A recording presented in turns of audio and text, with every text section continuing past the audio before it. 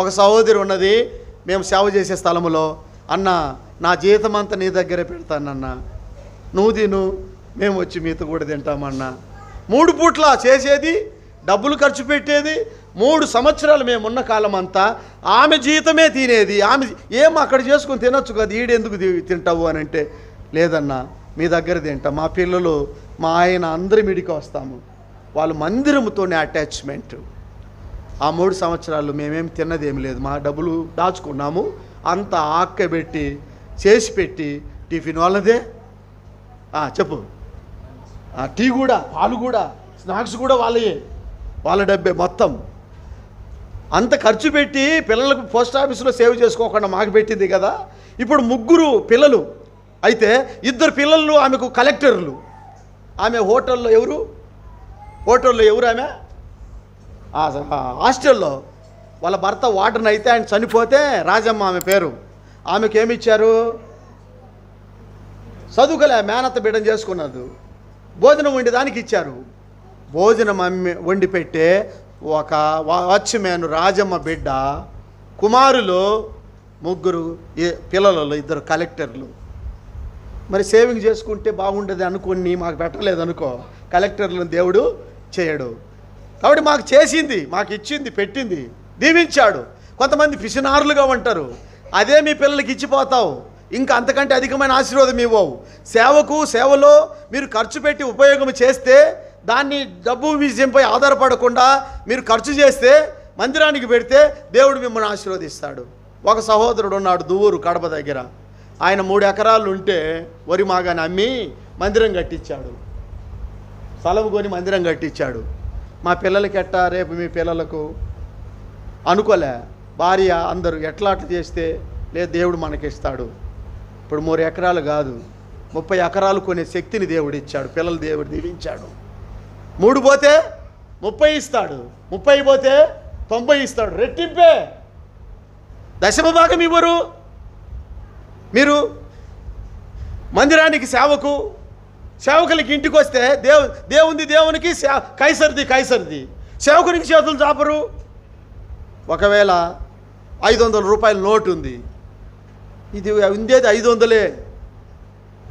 మరి ఎట్లా రేపు పొద్దునికి మనకని అన్న కూర్చో రొంచేపట్టని ఆ పిసినారతనంతో బయటికి పోయి చిల్లర తీసుకొచ్చి 100 రూపాయలు ఇస్తారు. కాదు, నీ దగ్గర ఏముంది?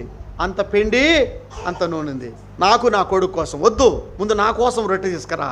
ఎలిసాకి ఇచ్చింది, ఏమైంది? 3.5 సంవత్సరం కరువులో పోషించాడు దేవుడు.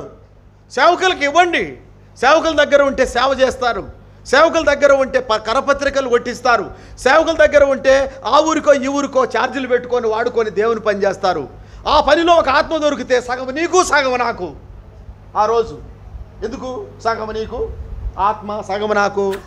నువ్వు డబ్బులు ఇచ్చావు నాకు ఛార్జీ, నేను పోయాను సేవకు, అక్కడ ఒక ఆత్మ దొరికింది, నీకు సగం ఆత్మ, నాకు సగం ఆత్మ.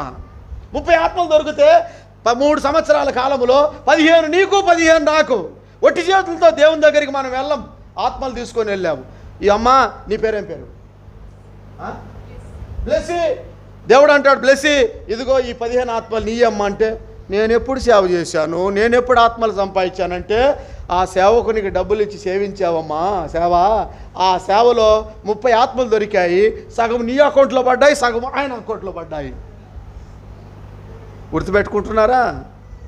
ఇవ్వండి, దేవుని సేవకి ఇవ్వండి, దేవుని సేవకులకు ఇవ్వండి, దేవుని ఇంటితో ఉండండి. ఏమి దేవుడు తక్కువ చేయడు మీకు. మీ కుటుంబాల్లో ఇచ్చిన రోజున సనుక్కోకండి, గొనుక్కోకండి. భార్యాభర్తలు మాట్లాడుకొని ప్రభు సేవకి ఇవ్వండి, ప్రభు కార్యాలకు ఇవ్వండి. దేవుడు వర్ధిల్లిన ప్రకారం మీకు చేయండి, మీ కుటుంబాలు వర్ధిల్లు చేస్తాడు. ఇప్పుడు మమ్మల్ని ఒక ఇంట్లో పెట్టాడు ఒక అన్న.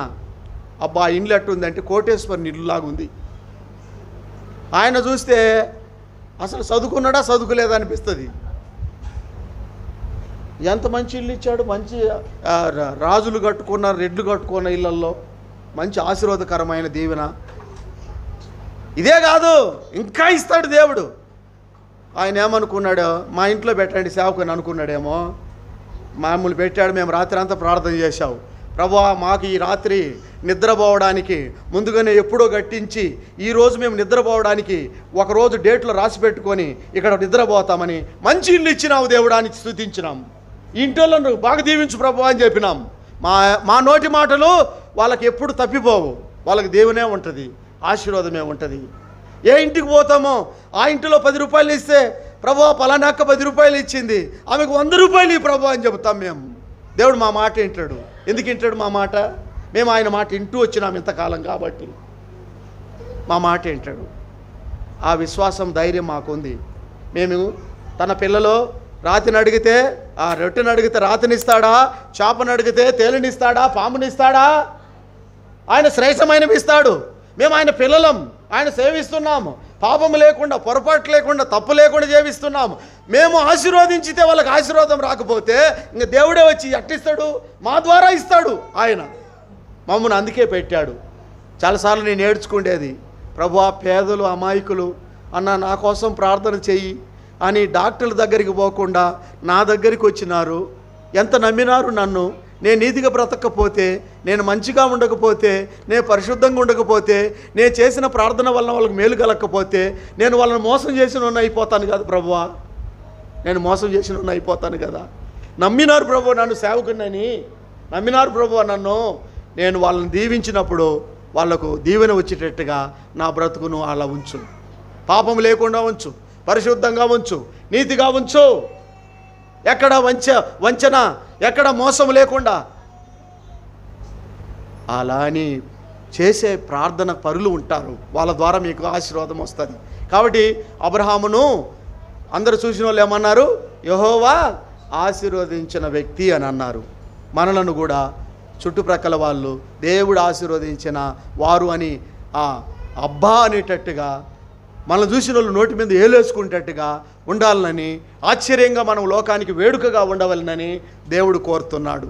అందుకని దుష్టత్వం వదిలిపెట్టండి, దుష్ట ప్రాంతాలను వదిలిపెట్టండి, చెడు విషయాలతో, చెడు మనసులతో స్నేహం వదిలిపెట్టండి. పవిత్రంగా ప్రభు కోసం ఉండండి.